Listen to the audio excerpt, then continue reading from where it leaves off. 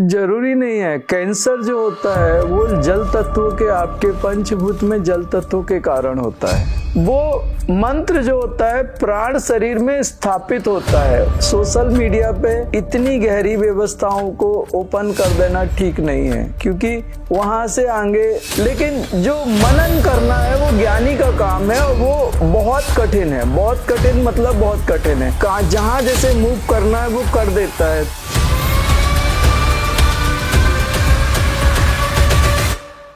नमः शिवाय, आप सभी का स्वागत है।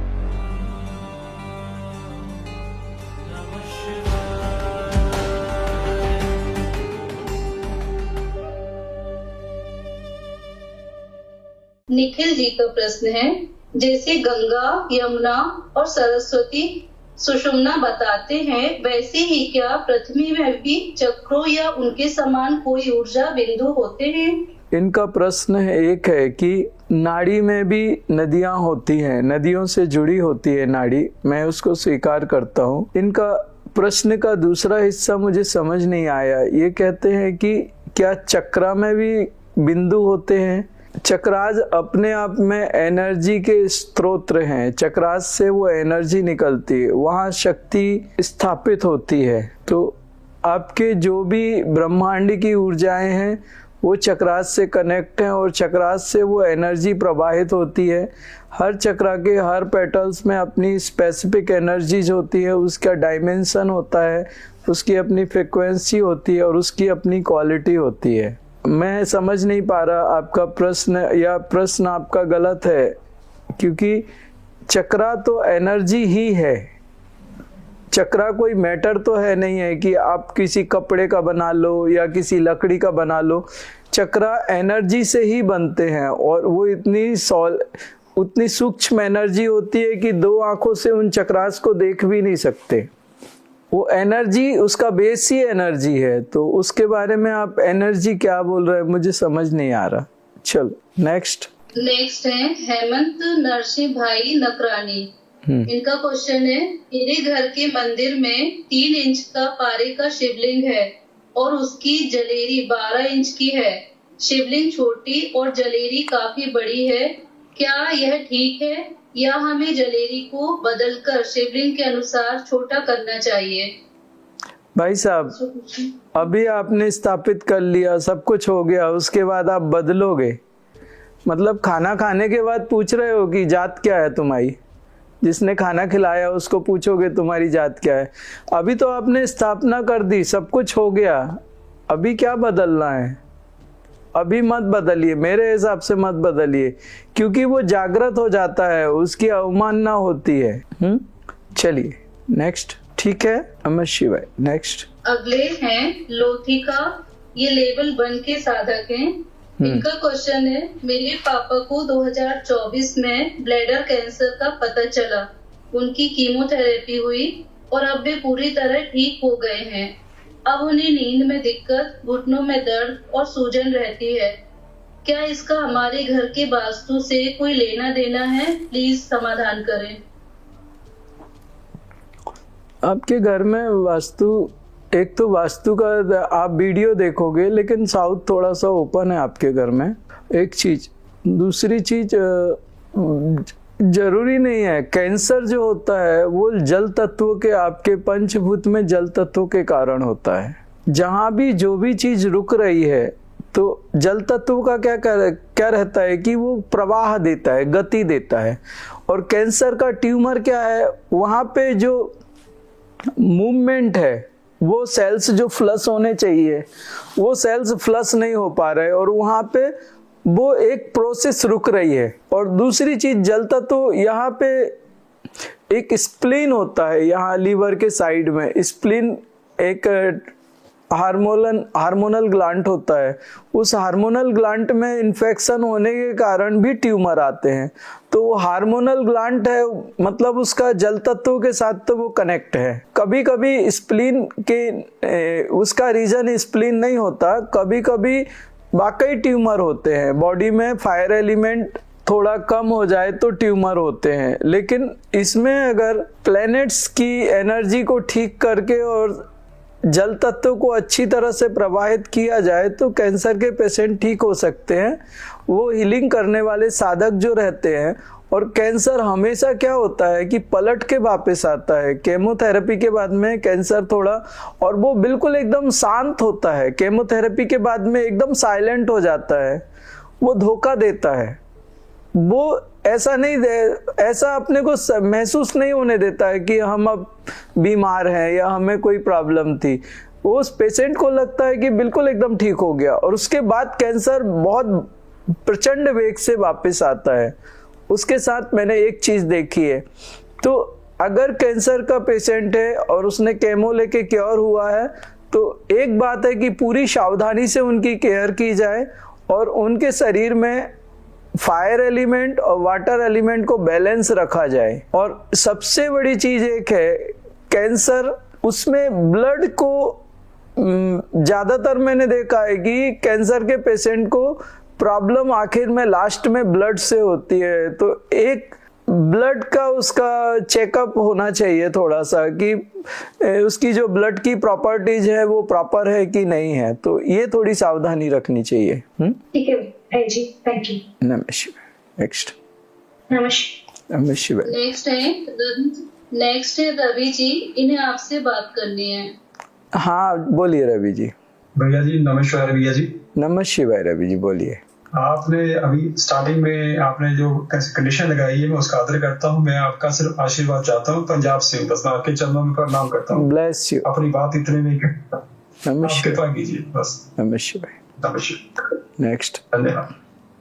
अगले हैं भारत सिंह चंद्रावत, इन्हें साधना के बारे में आपसे बात करनी है। जी नमः शिवाय भैया जी। नमः शिवाय जी बोलिए। आपके श्री चरणों में प्रणाम स्वीकार कीजिए।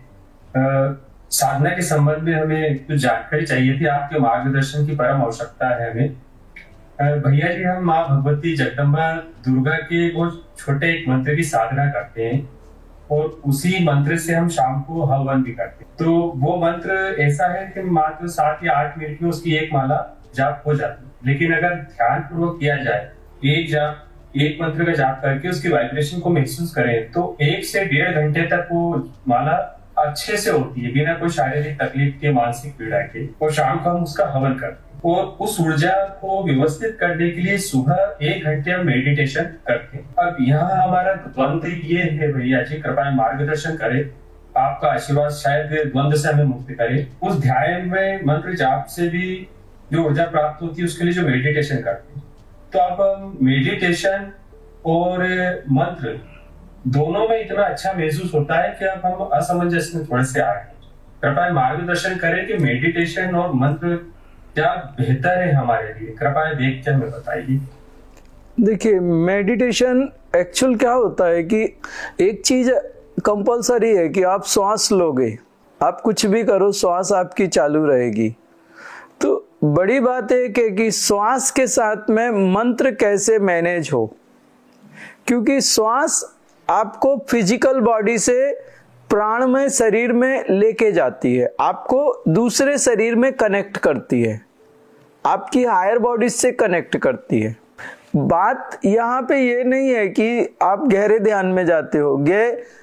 एक समझ लीजिए कि तमोगुण है, रजोगुण है, सतोगुण है। सतोगुण में आके आप गहरे ध्यान की तरफ जाते हो और आप उस गहरे ध्यान से बंधने लगे हो, उसकी मोह लगने लगा है, तो वो भी एक बंधन है। सतोगुण में भी बंधना मतलब एक बंधन कारक है। अगर जंजीर लोहे की हो या सोने की हो, वो तुम्हें बांधेगी। तो सतोगुण आपका जो ये बंधन है, आप जिस ध्यान में जाके और उसमें आप अटैच हो रहे हो या आपको बड़ी प्रसन्नता हो रही है, उसकी तरफ भी हम लोगों को, हमारा एक मानना है कि सतोगुण में भी ना बंध के और निर्गुण निराकार की तरफ उठना है।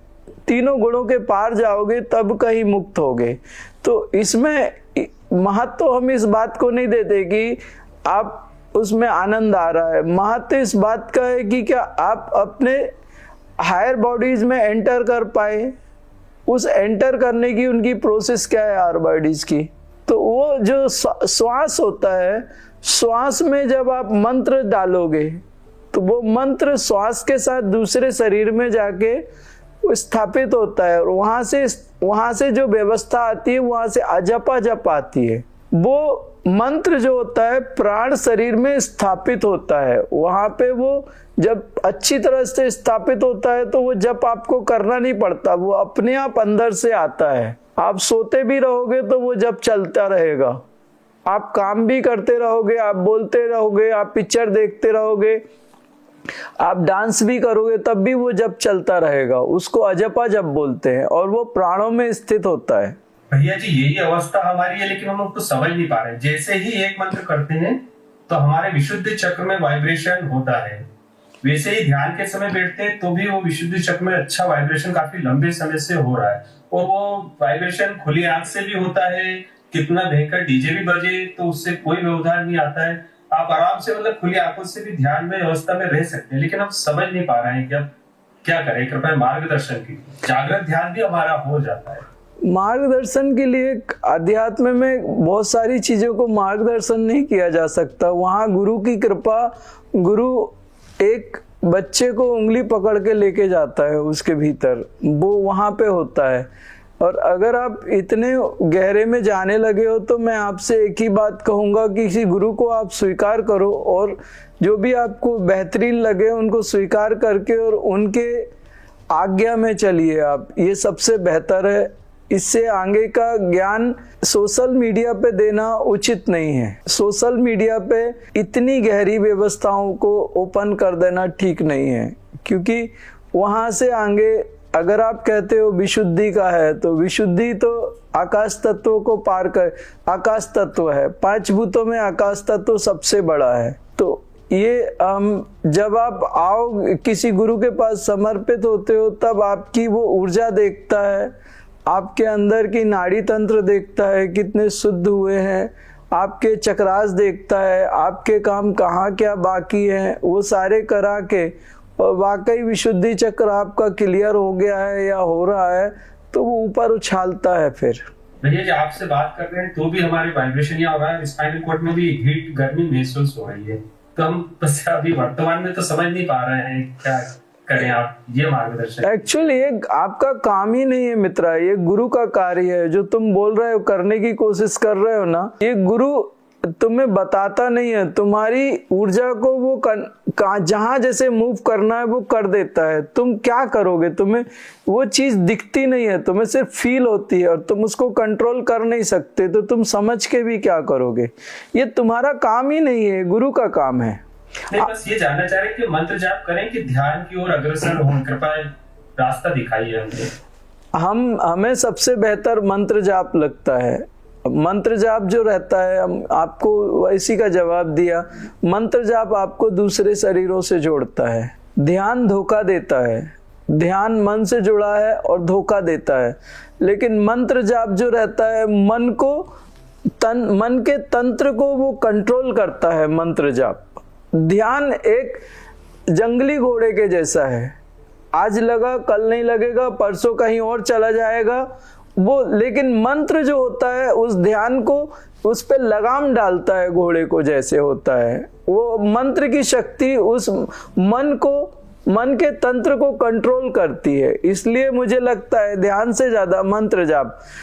आप एक्चुअल हमारे यहाँ 2 पद्धति है। मुनि, आप जो ध्यान बोल रहे हो मनन है, जो मनन करता है वो मुनि होता है। ध्यान करना, मनन करना मुनि, और जो जप करता है वो ऋषि। लेकिन जो मनन करना है वो ज्ञानी का काम है, और वो बहुत कठिन है। बहुत कठिन मतलब बहुत कठिन है। जैसे जैन लोग के साधु होते हैं, वो पूरे वस्त्र उतार देते हैं और ये सब, उनका वो बहुत कठिन है। मनन करना मतलब वो हर किसी के बस की बात नहीं है, और वहां पे झोल ज्यादा है, वहां पे गिरने के चांसेस ज्यादा है। इसीलिए जैन लोगों का जो व्यवस्था है वो बहुत कठिन है, सब साधुओं से ज्यादा कठिन है। जैन साधु, वो उनके पैरों से खून बहता रहता है, वो चलते रहते हैं, उनके शरीर पे एक कपड़ा नहीं है, वो खाना भी ऐसे हाथ में अंजुली में लेके खाते हैं, और उनके नियम बहुत कठोर हैं। वो मुनि है।